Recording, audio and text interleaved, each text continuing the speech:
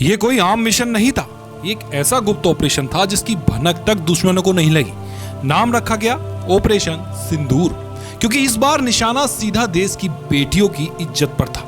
जब खुफिया एजेंसी को मिला एक छोटा सा सुराग, तो शुरू हुआ एक ऐसा मिशन जो ना तो फाइलों में दर्ज हुआ और ना ही कैमरों में कैद। चंद बहादुर ऑफिसर, कुछ नकली पहचाने और एक ऐसा प्लान जिसकी कामयाबी का मतलब था देश की लाज बचाना।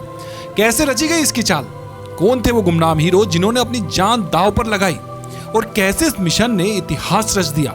जानिए इस अंदर की कहानी में, जिसे नाम दिया गया ऑपरेशन सिंदूर। दोस्तों, देश की आत्मा को झकझोर देने वाला इंसिडेंट हुआ पहलगाम इंसिडेंट। इस इंसिडेंट के 11वें दिन यानी कि 3 मई को दिल्ली में एक मीटिंग होती है। साउथ ब्लॉक में हुई इस मीटिंग में पीएम मोदी, रक्षा मंत्री Rajnath Singh, army chief general Upendra Dwivedi, air force chief marshal Amarpreet Singh और navy chief admiral Dinesh Kumar Tripathi शामिल हुए। मीटिंग में तय हुआ कि पाकिस्तान और पीओके में आतंकी ठिकानों पर एक बार फिर से एयर स्ट्राइक कैसे की जाए। इसी दिन प्लानिंग में जो शामिल ऑफिसर थे उन्हें साउथ ब्लॉक में शिफ्ट कर दिया गया। 5 मई को हमले का प्लान पीएम मोदी को दिखाया गया। इसके साथ पहलगाम हमले के बदले के लिए ऑपरेशन सिंदूर को मंजूरी मिल गई। आखिरकार इंडियन एयरफोर्स ने 6 और 7 मई की आधी रात यानी 1:05 पर पाकिस्तान और पीओके में एयर स्ट्राइक की। दरअसल पाकिस्तान पर सैन्य कार्रवाई करने का इशारा पीएम मोदी ने अपनी मधुबनी की रैली में दे दिया था। 24 अप्रैल को पीएम मोदी बिहार के मधुबनी में थे। पहलगाम हमले पर उन्होंने स्पष्ट कहा था कि इन आतंकियों को और इस हमले की साजिश करने वालों को उनकी कल्पना से बड़ी सजा मिलेगी। जम्मू कश्मीर के पहलगाम में आतंकियों ने मासूम देशवासियों को जिस बेरहमी से मारा है, मैं बहुत स्पष्ट शब्दों में कहना चाहता हूं, जिन्होंने ये हमला किया है उन आतंकियों को और इस हमले की साजिश रचने वालों को उनकी कल्पना से भी बड़ी सजा मिलेगी। सूत्रों की माने तो ये इशारा था कि कुछ बड़ा होने वाला है। 29 अप्रैल को पीएम मोदी ने रक्षा मंत्री राजनाथ सिंह, एनएस अजीत डोभाल और सीडीएस जनरल अनिल चौहान और तीनों सेनाओं के चीफ के साथ मीटिंग की। ऐसी ही एक और मीटिंग 3 मई को दोबारा हुई। इसी में डिसाइड हुआ कि पाकिस्तान में चल रहे टेरर कैंप खत्म करने के लिए ठोस कदम उठाना जरूरी है। इसके बाद तीनों सेनाओं के चुनिंदा ऑफिसरों की टीम बनाई गई और टीम को साउथ ब्लॉक में ही क्वारंटाइन किया गया। किसी को बाहर जाने या किसी से कांटेक्ट करने की इजाजत नहीं थी।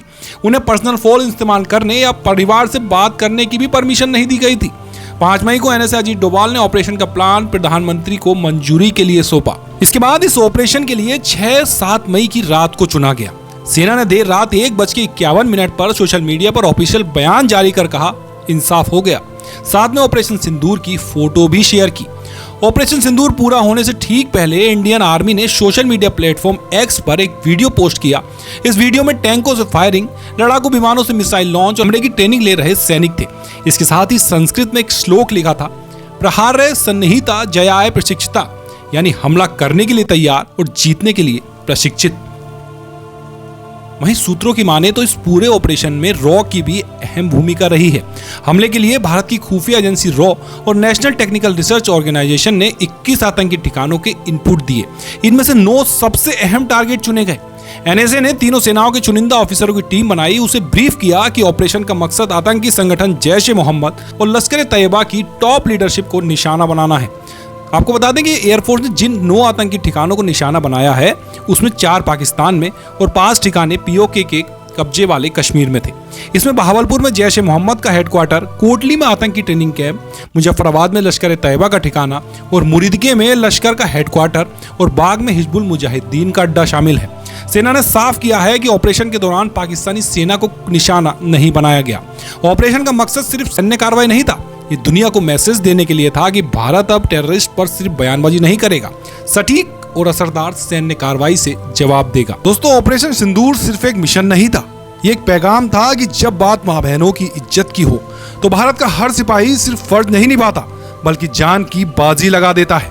जिन चेहरों को कभी सम्मान नहीं मिला, जिन नामों को शायद इतिहास भी ना याद रखे, वो हीरो आज भी हमारी हिफाजत में लगे हैं, चुपचाप बेआवाज। ये कहानी यही खत्म नहीं होती, क्योंकि हर बार जब अंधेरे में कोई साजिश जन्म लेती है तो कहीं ना कहीं एक ऑपरेशन सिंदूर फिर से जिंदा हो उठता है।